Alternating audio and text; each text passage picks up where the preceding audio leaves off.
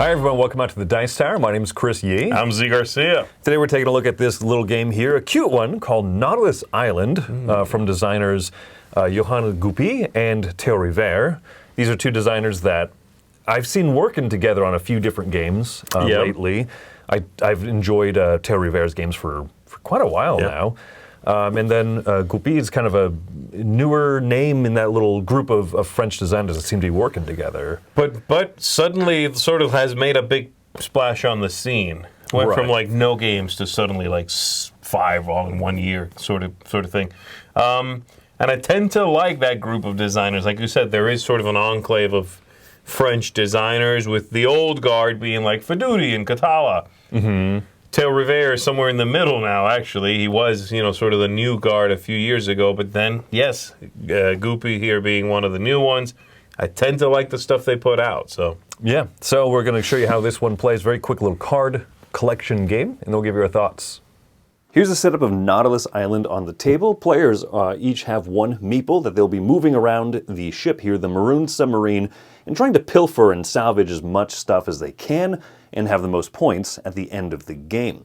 The game typically is basically played in this fashion. Starting with the first player, they'll come out here and they can take all of the cards from a column that they place into, or they can play cards out that they've previously grabbed equal to the number of decks in that column. Let's say this player comes here and grabs 2 cards. This player comes over here and grabs one of each of these cards, and then this player's going to come over here and grab one of each of these cards. Most of these cards, you'll notice, are going to be just colors for set collection play. However, some of these have victory point symbols on them. These cards are not turned in for sets and instead just stay in a player's hand and are worth points equal to the number written on them. Some of these cards are face up, so you know what you're going to grab, while others are face down, so you're never sure whether it's going to be something that fits you or that you need, or maybe, as you saw here, this player just drew into points. Once every player has gone, starting from the frontmost or the leftmost player, they will continue to take a turn now by moving to the opposite side of the submarine. Players cannot go where another player already is on that same side, but at the start of the new round they can come down here, grab cards. This player can come over here to the front, this player could come over here, and so the turn order will change for the next round. As I mentioned, when you go to a column, you can either draw all of the cards from there, or you can play cards equal to the number of decks of cards in that column. So the red player here could play out 3 purple cards. They must all be of the same color. When they play out cards of a color, they'll look up here to see is there a bonus token of that color currently available, and if so, they'll take it. This player has now earned 3 points from the bonus token, but this does not refill until players have played out cards of all different colors and more of these bonuses are taken. When there's only 1 remaining, then players will refill all of the bonus tokens here until every color has one available. The other option that a player has when they play a set of cards out, they can choose to say that they are done playing out purple cards for the entire game. To do so, they'll look at the number of cards they've played of that color, 2, 3, 4, or 5, and then they'll take the topmost available porthole token.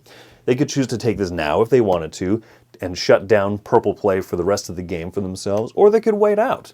The red player might come over here, play out 2 more purple cards, and now that this market has been refilled, they can grab another bonus token, assign it to the purples, and then say, hey, I have 5, I'm going to take this, which is worth 10 points, and I'm now ending playing the purples.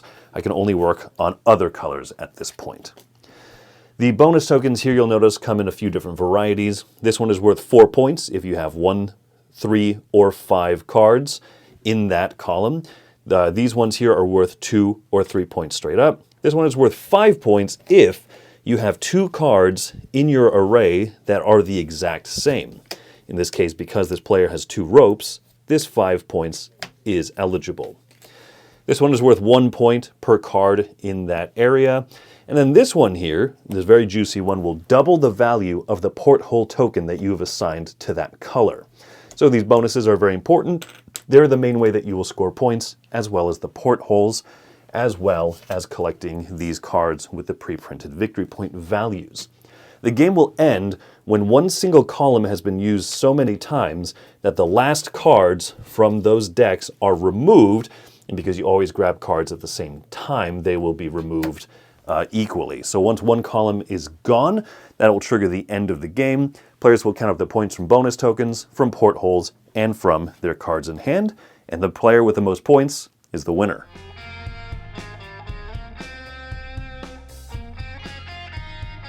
So I tend to enjoy games that have very just central and core mechanisms. Move your person to the other side of the ship, take cards or play cards. Yes. And this one does, I think it does that very well. There's not a lot of exceptions. There's not a lot of extra stuff going on, extra fluff. It doesn't seem like there's any rules on here that you're like, you held on to that one, that could have been shaved down. I don't know if you agree with that. I agree with that. It's a very small game. Actually, my main takeaway when I first played it was, I really like the fact that collecting cards and playing cards is not actually what you're trying to do. What you're actually trying to do is collect the tokens on top of that suit.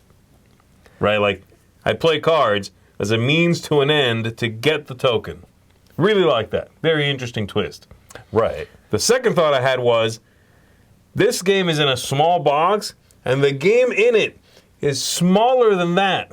I was really surprised by that, You know what I mean? This is the kind of game that this box, normally I look at this and I go, this is a small game. Great, I'm going to enjoy a small game. And at the end of the session, you're like, oh, wow, it's like even smaller than that box leads me to believe. Which is interesting. It's hard to then put my finger on, is that a satisfying experience? And do I have to have the caveat for what it is tacked on to that, Mechanically, I think it's very by the numbers, like you were saying. It's very simple. But I do like that one little twist. And I do like the idea of moving to a group of 1, 2, or 3, and you play or pick them all up. That's really clever, clean.